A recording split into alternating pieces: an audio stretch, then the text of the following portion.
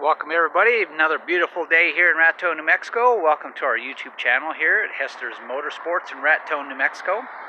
I am John Hester, owner, operator, builder, customizer, dream producer, awesomeness, everythinger, whatever you want to call me. Okay, so here we have, we were able to get our hands on a rare find, 2018 Teryx 4 LE in this beautiful plasma blue, very popular color. Had to do some wheeling and dealing and swapping with another dealer in order to get our hands on this one for this customer, because he really wanted this blue, and I don't blame him. It's beautiful. So let's get into this build here. So what we did, this one is going to Hurricane, Utah. I got it right this time. This one is going to Hurricane, Utah. And we are building a nice crawler, everything type build. Trail riding, rock crawling, street going, everything type machine. So we have very popular tire, the Motoclaw, 30-inch. We kept the stock wheels. You know, customer does like the stock wheels. We like the stock wheels. It's not a bad wheel. Saves money versus changing wheels. We have Bandit's Gen 3 Series 46 shocks on this bad boy. Love these shocks. Really awesome suspension package. This shock is a longer shock with a longer stroke. So we gain many benefits by doing this. Number one is we gain, because it's a longer shock, we gain an actual 2-inch vertical lift by pushing the A-arms down like a lift without a lift being on this machine at all. So you gain some lift. The other benefit is, since you do have a longer stroke on the shock goes up and down more, you have an increase of 2.5 inches of wheel travel on all four corners. So now the stock Fox suspension on a stock Teryx, you have 9 inches of travel in the front and 10 inches of travel in the rear. And so we increase that 2.5 inches. Makes a huge difference, which essentially, to give you an idea, that's roughly about a 33% increase in the front and 25% increase in the rear on suspension travel. Plushness. Because this shock is valved so much better than the stock Fox shocks, it is just super smooth, super plush, and you have compression and rebound tunability as well as preload. Real nice setup here. Now on this particular one, we have a progressive rate spring in the front. This is the most common setup that Bandit does for these. You have a progressive rate spring. So essentially what a progressive rate spring is, as you can see how its coil's completely different.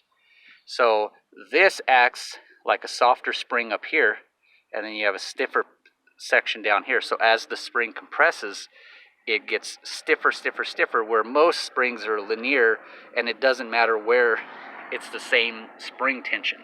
So as this thing compresses, the suspension firms up. So it works really nice. The rear shocks are a dual rate spring. So you have a very nice dual rate spring. And what a dual rate spring is see, you have this, well, this is one spring here, then you have a slider cup, then you have a second rate right here. This is a softer spring rate than this. So this, as you're doing all the trails and the little tiny bumps, this is going, and this one's not even really moving. Then as this one maxes out and you hit a harder hit, then the stiffer rate kicks in to hold itself much more efficiently. So you can take much harder hits. This shock compared to the Fox shock is in an entire different universe of its own. And this is a high performance nitrogen gas charged shock. So you can drive this Teryx like a rock crawler, slow going, super buttery smooth, or drive it like a trophy truck, hammer the whoops, hit some small jumps, all that stuff, and it just sucks it up. Really awesome suspension. It's a great everything suspension upgrade. and it is by far the best money you can spend on a Teryx, bar none. They're about $1,500 retail for the entire shock package, and they will fit on stock arms or Super ATV arms or high lifter arms. And I guarantee you, you know, people will spend more money than that in wheels and tires. And that right there, my friends, is the way to go. It's just changing the shocks is just unreal. Your machine's not even the same. Trust me, you'll thank me. You need some? Give us a call. I can hook you up, get you some great deals on them. We have the Super ATV arched arms. These are a standard length arm. They're no different than the stock arms, so these are all stock axles and everything. None of that has changed. So all we do is we just change the arm. These arms, as you can tell, have a high clearance arch to them. So this arch, you got this nice arch here, and that gives you more usable ground clearance. A big open area there. This customer did not want the tires sticking way out, so we only went with a 1-inch wheel spacer. So it's just barely clearing. He said he'll see how that does. He may take the wheel spacer off. He may go to a 2-inch spacer. It's whatever he wants. We have a 4,500 pound Super ATV synthetic rope winch. This winch is awesome because we put a toggle switch on the dash. So it has a rocker switch to operate it, and it has a wireless controller as well. So everything is nice, neat, clean, really nice setup. The other benefit to these A-arms, like I was saying, is the front A-arms will bring it forward 1.5 inches. The rear A-arms will push the rear wheel back 1.5 inches. So we increase the entire wheelbase of the Teryx by 3 inches. Increasing the wheelbase does make it smoother, and you push the wheels in front of the tire, and you can see we have a 90-degree approach angle and a very steep departure angle on it. You got at least a 75-80 degree departure angle on this bad boy, so dropping off of rock shelves and stuff like that. This one here, we tuned everything, we got everything set up because we got a few other things I'm going to show you on the top and stuff, but the customer is very specific on dimensions. He needed to make it fit a 78-inch opening in his garage on his toy hauler. So what we did, we chopped the top. So we did got some cage couplings from Mike LaFour over at WTF Off-Road and chopped this back in. We did 0 inches on the front, 2 inches in the middle, and 4 inches in the rear. And as you can tell, of course, I am on a slight downgrade of on the parking lot here, but the roof is essentially parallel to the ground now. So we brought that, took that rake out of it and chopped it back down and brought it back down. It looks really awesome. Really nice setup. I love the way these things look with the chopped top like that. You know, bringing it down just gives it a different profile. And keep in mind, you know, we've got, essentially we have a lift in the suspension and 30-inch tires. So we have this set, we have the preload and everything set to where we have 14 3/4 inches of ground clearance front and rear. And the correct way that you measure, you don't measure at the very front here because this is a raked up, you have a cant right here. You have to measure right at the back of the A-arm. This is where the frame goes straight from there all the way to the back. It's exactly straight. So you measure right there, 14 3/4, and right back here, 14 3/4. So we have 14 3/4 ground clearance straight through, and his top to the very edge is 77 3/4 inches tall. So we have it fit perfect, absolutely perfect. Now, of course, once the suspension breaks in, he can play with the sag. He can do a few other tweaks and stuff like that on it. Really awesome, really nice. Now this, in Utah, they can drive on the streets. So we do have side mirrors, we do have a rear view mirror, and we have Ryko's really awesome street legal kit. And we did a little something different on the front here. Most of them, they have you put it like up in here. a lot of the times the bumper will hide that. So we put them right here. So we got the turn signals right in there. This has turn signals left, right. It has hazard lights. It has a horn. It uses the stock tail lights as turn signals. So you got brake lights, running lights, and turn signals in the back lights there. Like I said, you have hazard lights. So let me just turn this on here. I'll just turn this over like that. Turn that to the right. So you can see that flashing. And in the back here, flashing. And you have right there on the dash, see, you got the turn signal lights there. See, I got right and then left. And I got the horn right here.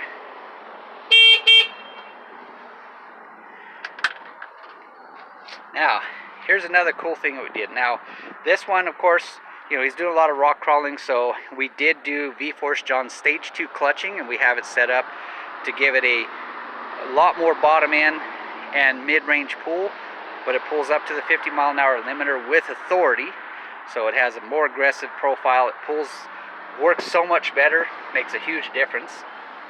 And while we had that all done, we completely heat shielded and sound deadened with some fat mat. Really, really good stuff. It's a bit expensive, but it's worth it. But I mean, we went from essentially right up here underneath the dash all the way to the bed. Everything in here is layered, really, really nice. That does two things. Number one, it's going to reduce some of the sound coming out, which it is a little bit quieter. I mean, you can't make these whisper quiet. It's not an electric vehicle. It's a more performance vehicle, but it is a quieter vehicle now. Has less of a, you know, mechanical sound coming from the engine compartment here. You could almost, you know, we have almost completely eliminated the sound of the CVT. The whine of the CVT is almost non-existent now. The other thing is of course, this is some high-grade heat shielding as well. So all of that, any heat that is left over from the factory heat shielding is now blocked even further. So it is really, really set up nice. So it's quieter and there's zero heat, because you get in Utah and it's going to get hot in the summers. Now, he is getting a windshield. He will be getting a windshield. He held off on the windshield on the initial build. He has a friend of his that builds glass windshields, that he's going to get a glass windshield custom made for him the way he wants. So that's why he doesn't have a windshield. He does need a windshield for street driving in Utah, but he is getting that from a friend of his up in Utah. Now, he wanted some heat. Well, instead of putting a heater in here and spending all that money, I suggested another cool setup. And check this out. Heated seats, baby. Driver and passenger heated seats. We put a heated seat kit in here, which has a heater element inside here and inside the back. So you have two settings. One setting will only heat the back, and the other setting heats both seat and back. And it gets pretty darn toasty, much like heated seats in a car. So it could be cold outside and you have the windshield and the doors closed, and you know, and then you're going to get the warmth through the seats. Really nice. I'm just going to show you real quick here's the wires for the heated seats here, and they unplug right there. So if you need to take the seats off, and let me just show you this fat mat real quick here. Switch hands. Because, I mean, we covered everything. You might think, well, this is all open and everything. Of course, this is your access to your dip stick. So there's your dipstick. And see, we even covered that fat mat. And that's some highly aggressive adhesive on this. But, I mean, everything. I mean, if I was to stick the phone in here, see if I can do this. I mean, you can see everything is covered in here. We got this sucker heat shielded, sound deadened with that fat mat. And so it's going to stay nice and cool in the summer. Not going to get any heat from that.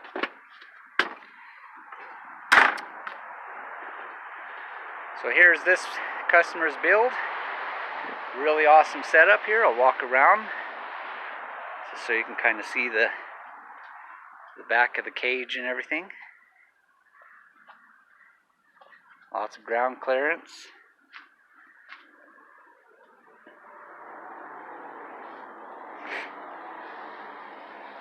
Sweet setup, beautiful machine, highly capable, huge improvement on the trails. Buttery smooth, more articulation, more suspension. Of course, we have the sway bar removed. That's one of the first things anybody should do on a Teryx, because, God, it works so much better without that sway bar.